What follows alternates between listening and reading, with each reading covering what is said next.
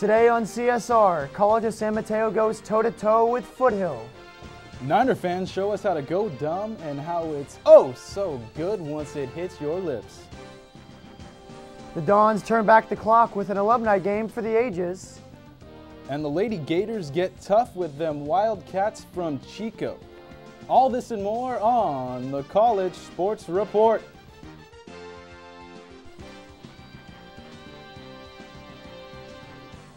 Hello and welcome to the College Sports Report. I'm handsome Matt Peterson, alongside the ever so striking Kyle Bustamante. You're too kind, Matt. This is CSR. Throughout the years, the NorCal Conference has been known for its tough competition. This year is no different, with 4 of the conference's 6 teams having undefeated marks going into last weekend. 2 of those teams, Foothill and San Mateo, faced off on Saturday. Foothill visiting CSM, and quarterback Josh Riddle rolling early with his 25-yard bullet to Julian Snyder. Number 1, Snyder. Owls running back makes it look easy, 7-0 Foothill. Ensuing kickoff, Evan Robinson shows San Mateo won't be taken lightly. He returns it 30 yards to the 43-yard line. Evan Robinson makes a nice move. Quarterback Jose Avina running the option as he does so well. And he pitches to Issa Hines, who takes it 51 yards to tie it at 7.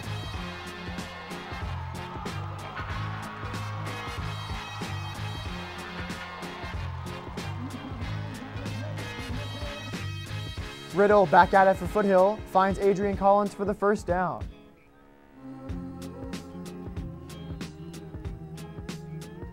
Riddle, 2 plays later, finds Schneider again, who slips a tackle and takes it to the Bulldogs' 15.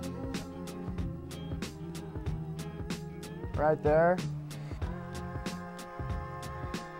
Face mask, and he's taken down. Riddle going from the shotgun now.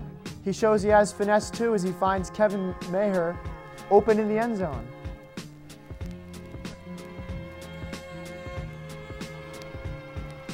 Foothill would miss the extra point, but leads 13-7. CSM answers back. Avina finds James Bassett, who uses a great block to take it 70 yards for the score. There's the block right there. He gives some love to his teammate. Touchdown CSM. They take the lead 14-13 and they're jacked. CSM fans getting pumped up. They want to see the Bulldogs stay undefeated. But it was Riddle's day in the end. Play action, and he finds tight end Saya Tamapu with a touch pass.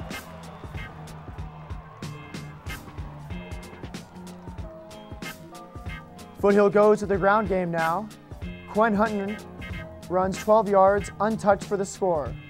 The Owls win 44-21 and run their record to 6-0.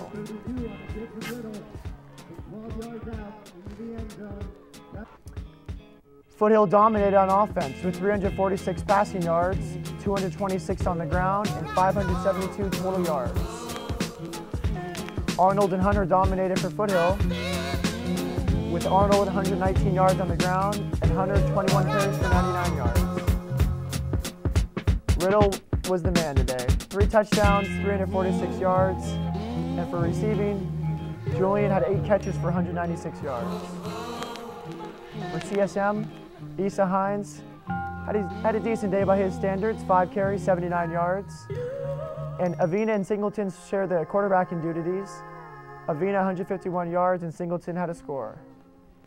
This weekend, Foothill goes up against another undefeated conference opponent when they travel to Santa Rosa to play the Bear Cubs. San Mateo has a showdown of its own as they take on the #1 ranked CCSF Rams in San Francisco. Los Medanos welcome the Chabot Gladiators for the first league game for both teams. Chabot entered the contest at 2-3, while the Mustangs stood at a very Oakland Raider-like 0-5. And we pick up the action in the second half. Chabot up 7-3, and Coach Van Boschetti firing up his defense. Chabot's Nick Segura rolls out of the pocket, but gets quickly slammed to the turf by Shioni Pongia, much to the delight of the Mustang cheer squad. Chabot would eventually find its O as Segura throws on the run and hits Brad Sullivan for 40 yards. Twinkle, twinkle, baby, that's what I'm talking about. Randall Eldridge rumbling up the gut. Follow me to freedom. Huge 34-yard gain. and I give it a 9.5 on the dismounts. Eldridge would finish what he started. From the 6, huge hole on the left side. He's in for 6, baby. That's it. Group hug. Show me some love. Chabot up 14-3. In the fourth quarter, Eldridge, he's on a gravy train with biscuit wheels, baby. You can't stop me. I told you can't. Get off me, baby. 25-yard gain. Setting up Nicholas Segura with the freaky pretty touch on the fade route. A 21-yard strike to Doug Check, his second on the season. 21-3 Chabot. Mustang QB Spencer Kreisberg hooked up for a TD earlier with wideout Trumbull Klein, and they would try for the same result. Kreisberg to the corner of the end zone, and despite some fancy footwork, Klein cannot stay in bounds. Still late in the game, Kreisberg looks for pay dirt, but Paul Teufalale says no soup for you. His first pick of the year, and Chabot would eventually hold on and defeat the Los Medanos Mustangs 21-10. Randall Eldridge finished the game with 201 yards, bringing his season total to 788 with 6 TDs to boot. He will continue to remain a key factor in Chabot's run at the Golden Gate Conference title. Look for them next week when they host Modesto for their homecoming game. What's better than spending a Sunday with an ice chest full of cold beer, sausages, and other die-hard football fanatics? For these fans, nothing. CSR spent a full day with the 49er faithful. What's going on, CSR? We're here at Monster Park today, and we're going to go talk to some tailgaters, and we're going to give you the lowdown on how to throw a tailgate party. So let's go.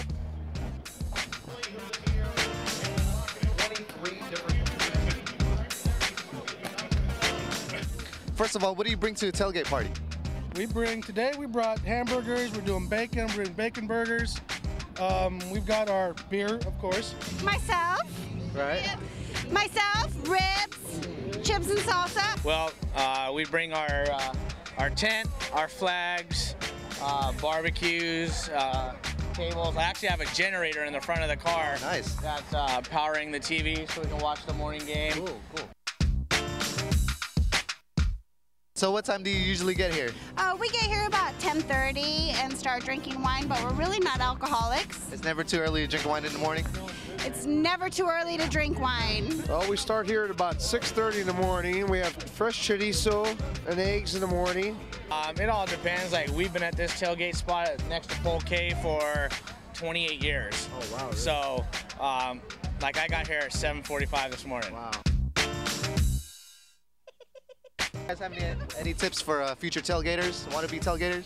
Get there early. Get here early. Get here by 9. Get here early. Eat, drink, and be merry. No fights. No fights. Not like Oakland. All right, so are you gonna dance with us with your sister? I would like to dance. All right, can I join you guys? Sure, come on.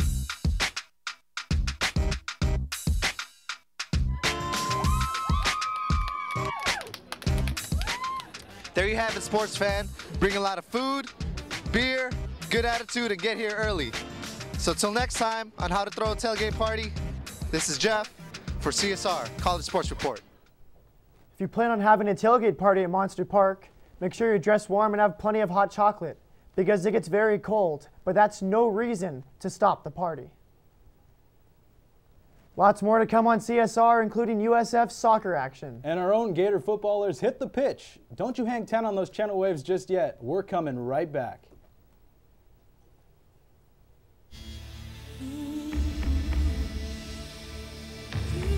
You are the thumbs and the eyes. You are the energy and the shine. You are the rhythm and the gift. You are the angel and the fist. You are the universe. You are the universe. You have the strength of waves, guiding the energy of dominions. Your face explodes like hope and vision, pushing through the empty masks of heroes and systems. It is your iron time. And here comes Chris Hill, 4 feet 6 out of Jefferson Elementary, a confident young man with a great stride. But, uh-oh, he might be in trouble now. Hey, Chris. Want to get high? No way, man. That stuff's for losers. Oh, what a move! Chris Hill never hesitates, just blows past that guy. Bob? You're right, Mike. Look, Chris is known for his great head shake. Then he shifts his weight to the right foot, finds a hole, and zip, he's out of there. Spectacular, just spectacular. This kid's got a bright future. Now, kid, be cool. You just give the stuff to your best buddies. Tell your friends it's a great high. Tell them it can't hurt them. I can do that. Just give it away. And you see who comes back for more.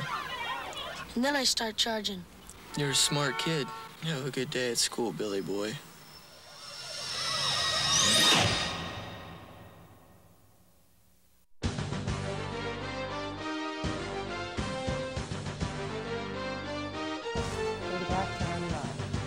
Coming into their game with Cal State Stanislaus, the SF State Gators have found themselves working a little overtime. Literally. They have already played 5 double overtime matches this season, with one ending in a scoreless tie. A little foreshadowing? I think so.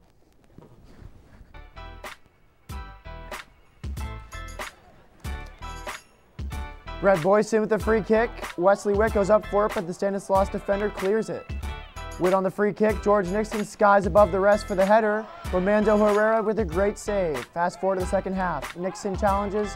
Herrera clears. Poston with a good chance, but he shanks it wide. As did Kyle Loftus. Free ball. Weddick goes up to challenge. And collides with Frank Colo in the air, and Colo goes down. That looks like it hurt. Ref gives Weddick a red card. And Stanislaus capitalizes. Mendoza uses his feet for a big-time saves.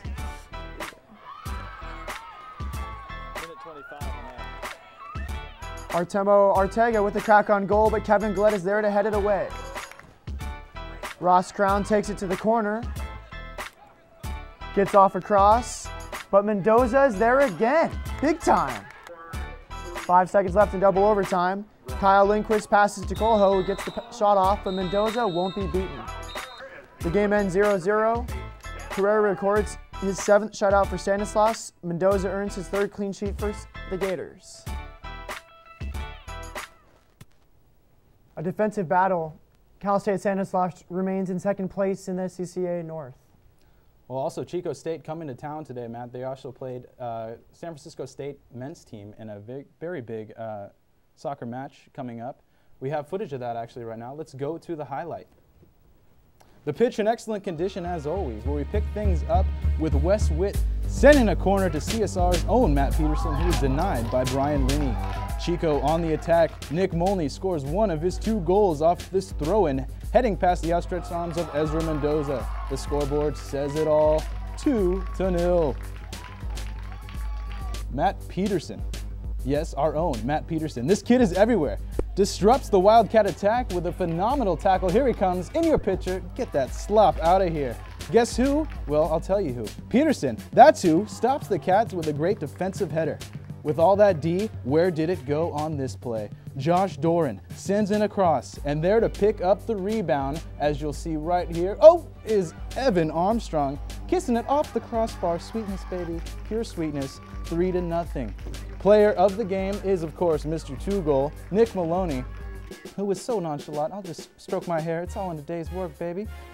And alas, George Nixon, your face says it all, as the Gators fall to the Wildcats 3-0. Despite the disappointing loss, the Gators hope to take a few wins out of this homestand against UC San Diego and Cal State Dominguez Hills. Best of luck to our boys. Chico State rolled into town riding a 6-game winning streak, needing a win to clinch the CCAA North Division. The Gators try to postpone the party.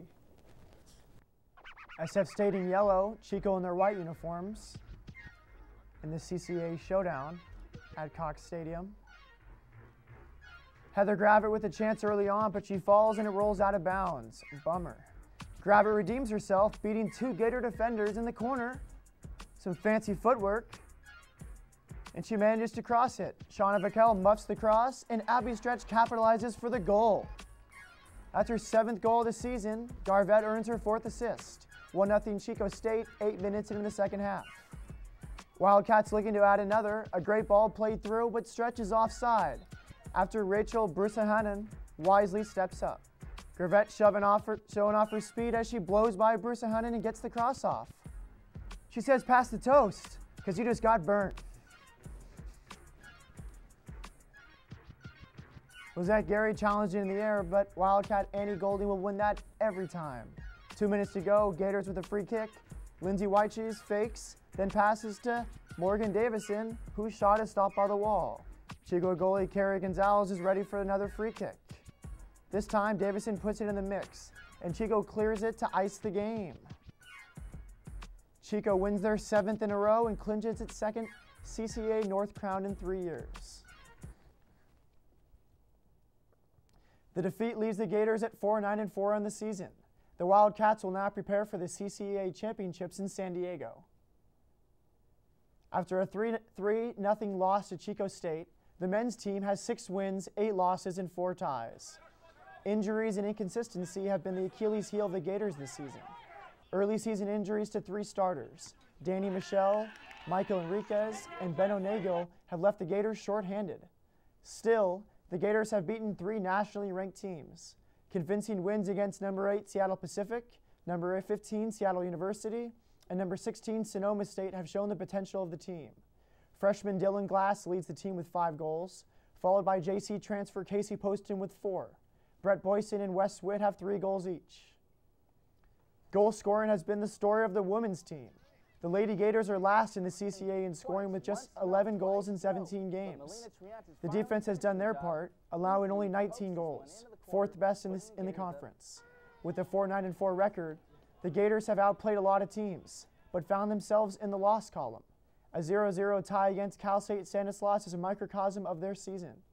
They took an impressive 27 shots on goal, but were held to a 0-0 tie. Coach Jack Hyde switched from a 4-4-2 formation to a more offensive 4-3-3 lineup with 3 forwards. But not much changed. The solid defensive group of Aubrey Curlin, Morgan Davison, Lindsay Whitecheese, Candace Silva, and Rachel Brusahanen have been solid in the back all season. Sophomore Corey Hughes leads the team with 3 goals. Other Bay Area teams are having great seasons and are making noise in the national polls. On the men's side, Cal is ranked 7th, USF 13th, and Santa Clara is 21st. For the women, Santa Clara is 4th in the nation, and Stanford is 19th. Don't you even begin to think we're done. Lots more on CSR. That's right, Matt. We got a 3-course meal of some point counterpoint, and a delightful little final thought for dessert. Keep it here on CSR.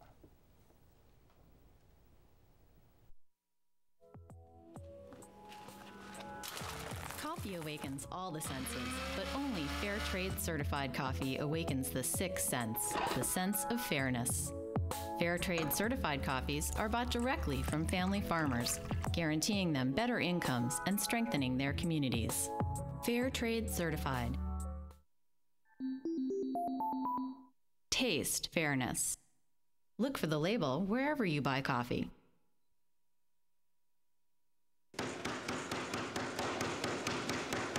Energy costs for small businesses rose over 40% in 2001. Stop wasting your money. Let the Smart Lights program help you. Call us today at 510-981-8955 or visit our website at smartlights.org. Smart Lights. Brighten your bottom line. Better living conditions. Justice. It's people like you that can make that happen. Fair Trade certified coffees are bought directly from family farmers, guaranteeing them better incomes and strengthening their communities. Fair Trade certified. Taste fairness. Look for the label wherever you buy coffee. At first, I was a bit hesitant to try it. To tell you the truth, I didn't think I'd fit in. But I kept pushing her, and she ended up loving it. I was surprised. It was an amazing experience. And now we do it at least twice a month. I've even gotten most of my friends to do it. If you do it enough, you can get a great deal on the price. Why didn't we think of this before? It's a stimulating experience. The Z-Space Studio. Word for word. Z-Space Studio, word for word, stimulation guaranteed. See you at the theater.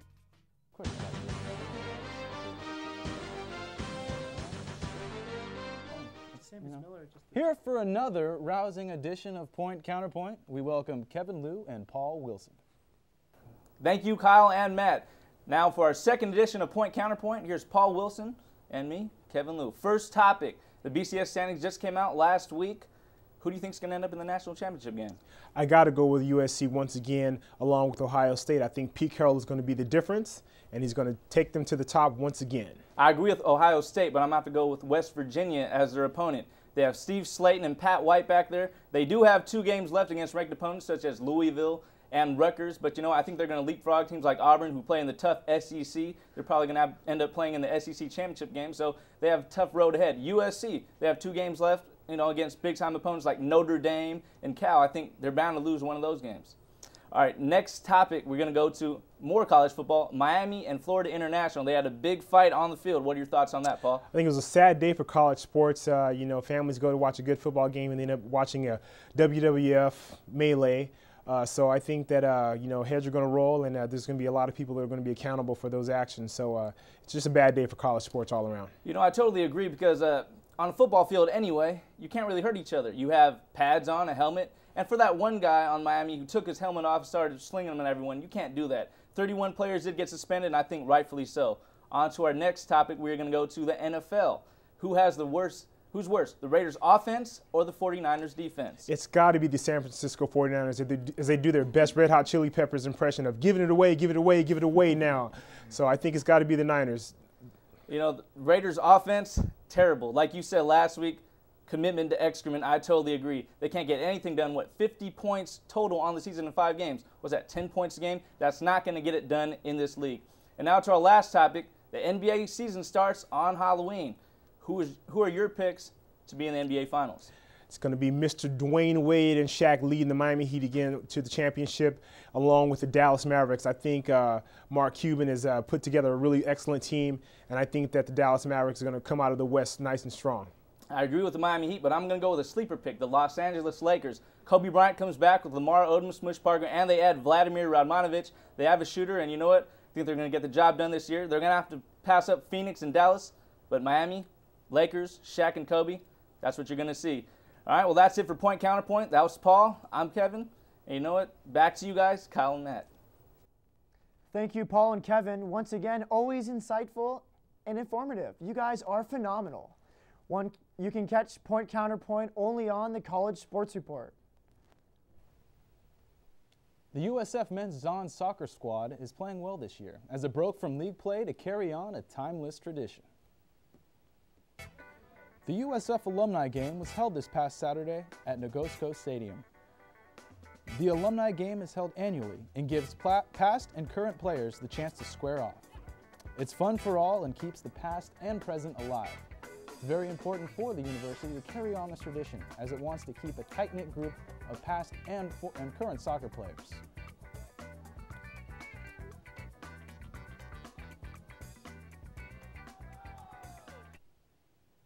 The Dons are currently 9-3-1 and are ranked 15th by the College Soccer News.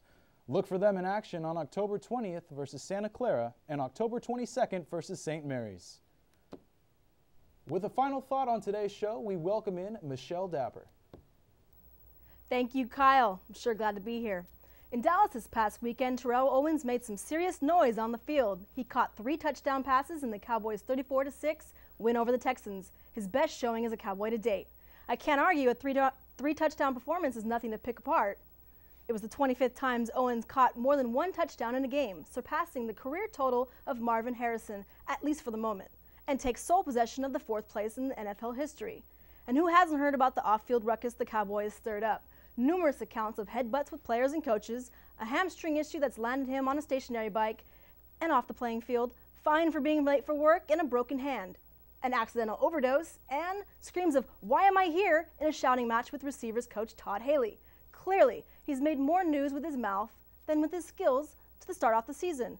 Heading into week 6, Owens had only a mere 17 receptions for 232 yards. I could see where the frustration begins. But this past week, the star Cowboy has been all smiles.